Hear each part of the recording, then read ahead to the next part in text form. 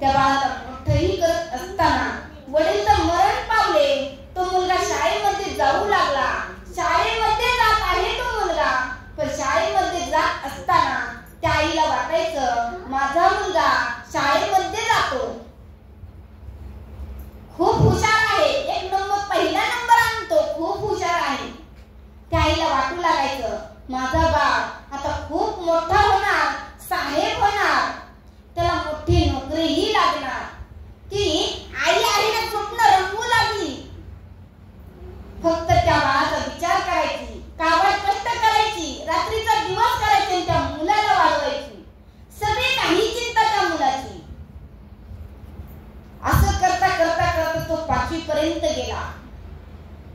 5वीला गेल्यानंतर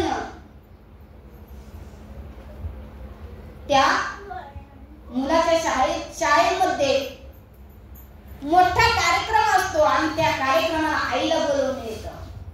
आई, तुला बोलवलं आहे शाळेमध्ये, कार्यक्रम आहे, आई तू येतेस का? नाही बाबा, मला नाही जमणार, मी कामाला गेले नाही तर आपल्याला खायचं काय?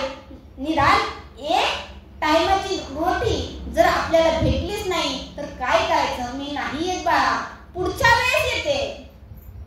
असं सांगून ती आई कार्यक्रमाला गेली नाही. पुढच्या वेळेचा कार्यक्रमाला, पुढच्या वेळेसही तसं.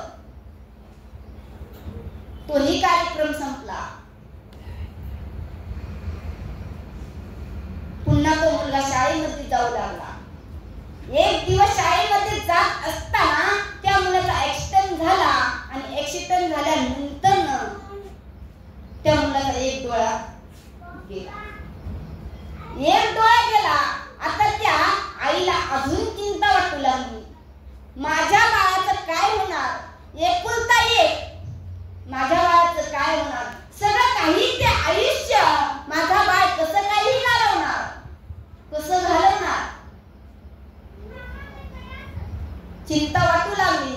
आईने मागचा पुढचा विचार न करता आपला स्वतःचा डोळा काढला आणि त्या मुलाला बसवला. आता आई अंध झाली. आई विद्रूप दिसू लागली. विद्रूप दिसणारा माणूस आपल्याला चांगलं वाटतं का? नाही आवडत. ती आई त्याला आता आवडतच नसायची. मग ती आई आता आवडत नसण्या कारणाने ती आई तर अंध आहे आणि आता गॅदरिंगचा कार्यक्रम ठरला आणि आईला कसं काय बोलवायचं? मोठा कार्यक्रम आहे. आईला तर सांगितलं. आईलाही वाटू लागलं आपण आपल्या मुलाचा कार्यक्रम पाहण्यासाठी आपण त्या ठिकाणी जायला पाहिजे. पण तो मुलगा म्हणू लागला आई, तू माझ्या शाळेमध्ये येऊ नको, माझी सर्व काही मुलं चिडवतील मला. तुझी आई अंध आहे आणि अंध मुलाची आई ही अंध आहे आणि त्या मुलाला चिडवतील आणि चिडवल्यानंतर सगळे काही चिडवल्यानंतर मलाही त्याचा राग येईल. आई तू येऊ नको. त्या आईला बरं वाटलं असेल का? रात्रीचा दिवस करते ती आई, त्याला मोठं करते. ती आई गपचूप येऊन ते गॅदरिंग पाहू लागली. पण न कळत त्या मुलाचं लक्ष त्याच्या आईकडे गेलं. त्याच्या आईकडे गेल्यानंतर तो पुन्हा घरी आला आणि आईला बडबड बडबड बडबड करून तो झोपी गेला. पण आईच्या मनामध्ये एक चिंता वाटू लागली. माझा मुलगा, मला एवढी बडबड केली, अरे मला तो आनंद पाहायचा होता. माझा मुलगा किती मोठा झाला. आईला काय पाहिजे असतं? काहीच नाही, फक्त त्या मुलाचं सुख पाहिजे असतं. मोठा झाला, साहेब झाला, आता मी मोठा साहेब होणार असं करून तो शहरामध्येही गेला. पण आईकडे इकडे लक्ष दिलं नाही. एकटी आई तळमळ करायची. तो माझं बाळ कधी येईल, मला कधी भेटेल असं वाटायचं. पण आई त्या वाटेकडे लक्ष लावून बसायची. माझा मुलगा आज येईल, माझा मुलगा उद्या येईल. एक दिवस ती आई चिंता करून आजारी पडली आणि आजारी पडल्यानंतर शेवटचा श्वास घेऊ लागली. शेवटचा श्वास घेत असताना त्या गावकऱ्याने त्या मुलाला फोनही केला. पण फोन केल्याबरोबर त्या मुलाला सांगितलं, अरे बाबा, शेवटचा क्षण राहिला आहे तुझ्या आईचा, शेवटच्या क्षणी तरी तू तुझ्या आईला भेटण्यासाठी ये. माझी आता मीटिंग आहे, मला जमणार नाही, यायला जमणार नाही. त्या आईने शेवटचा श्वासही सोडला. अरे बाबा, आता तरी ये, आता तरी ये. तरीही तो मुलगा शेवटीही आला नाही आणि 10 दिवसांनी येऊन मग तो पाहू लागला काय आहे काय. पाहिली ती चिठ्ठी आणि चिठ्ठी पाहिल्याबरोबर मग तो रडू लागला. त्या चिठ्ठीमध्ये लिहिलं होतं, तू लहान असताना तुझा ऍक्सिडेंट झाला आणि ऍक्सिडेंट मध्ये तुझा एक डोळा गेला. तुझा डोळा गेला म्हणून मी माझा डोळा काढला आणि तुला बसवला. आई काय असते, स्वतःचा विचार नाही करत, ती मुलांचा विचार करते. माझ्या बाळाचं चांगलं व्हावं, माझ्या बाळाचं चांगलं व्हावं. स्वतःचा डोळा काढला, त्या मुलाला बसवला आणि आता सगळं काही त्या चिठ्ठीमध्ये लिहिलेलं वाचलं आणि वाचल्याबरोबर तो मुलगा रडू लागला. आता काय उपयोग? आई आहे तोपर्यंत आलं असतं तर बरं झालं असतं असं वाटू लागलं आणि मग रडून काय उपयोग.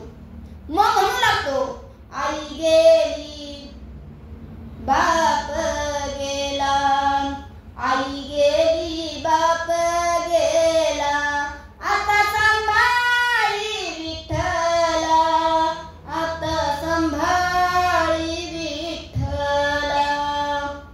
आई गेली, बाप गेला, आता सांभाळी विठ्ठला, काय उपयोग.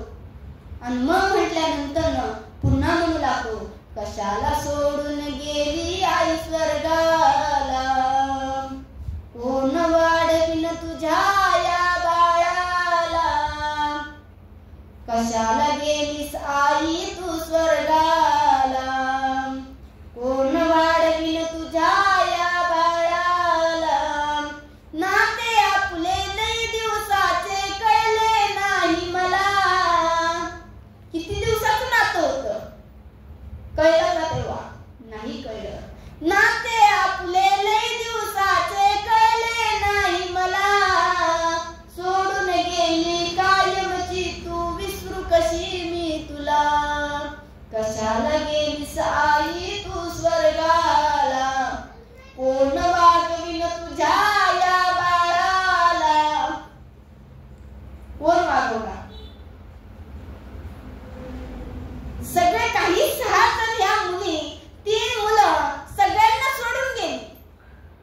कोण पाहणार? कारण की कोंबडी कशी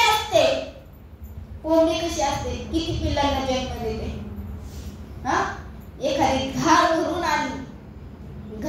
आली, किती पिल्लं काय करते, पंखाखाली ती पिल्लं घेत असताना ही सगळी काही पिल्लं आता पंखाखाली कोण गेला? तीच निघून गेली. ही पिल्लं सगळी काहीच राहिली. आहे का पंखाखाली घेणार आता? नाही ना. मग ही अशी आई आपल्यातून निघून गेली, पण पंख घेऊन गेली. पंख पुन्हा भेटणार नाही अशी ही आई, ती आईच असते. लेकुराची हित भाई माऊलीचे चित्त, अशी कळवळ्याची जाती करी लाभावी न भेटी. पुन्हा कोणीही विचार न करणारी अशी आपली आई आपल्यातून निघून गेल्यानंतर मग कशाला गेलीस आई तू स्वर्गाला, कोण वागविन तुझ्या या बाळाला. रडून काहीच उपयोग होत नाही. जोपर्यंत